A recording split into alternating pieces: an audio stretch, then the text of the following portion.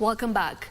Now moving on with our live broadcast, where Raila Odinga has inched closer to being the next African Union Commission chairperson following a decision by the AU Executive Council okaying the East African region to produce the next AUC chair. Well, Prime Cabinet Secretary Musalia Mudavadi, lauding the move, says this will now see Odinga in the race for the seat, adding that all the technical and legal hurdles have been surmounted with the decision of the council. Kenya has been lobbying within the region for Odinga to clinch the seat in the polls set for February next year.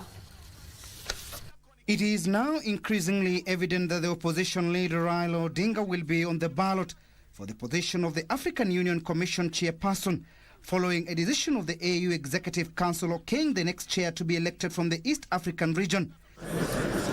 Prime Cabinet Secretary and Foreign Affairs CS Musalia Mudavadi said there are no more hurdles preventing Kenya from submitting a candidate for the position. We actually want to appreciate and thank our brothers and sisters in the African continent for making it clear, removing all ambiguities, that it is the turn of East Africa to provide leadership or to offer leadership in the African Union.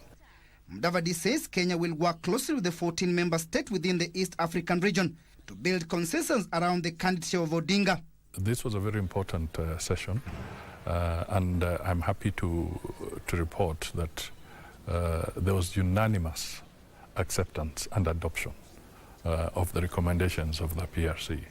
This was critical because it affirmed the position that had been taken earlier by the Assembly of Heads of State, that in order to bring more equity and diversity within the African Union, the rotational principle becomes very, very important. The Council also gave the green light for the Northern Africa region to front candidates for the deputy chairperson, while the other three regions, Central, Southern and Western, will compete for the 6 positions of the commissioners. Among the key elements of the draft decision was the question of the eligibility of the various regions to submit candidates for various positions. The East African region was recommended to provide candidates for the position of the chairperson. He stated that these efforts are continuous and will include all other regions to ensure that the opportunity for electing effective leadership of the AUC provides a platform for uniting the continent. We see this as an opportunity where the synergy can be consolidated.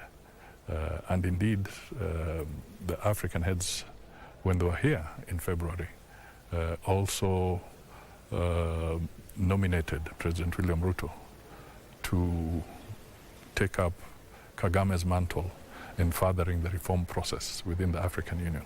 So we believe there's a strong synergy, and we are offering Africa a very credible candidate.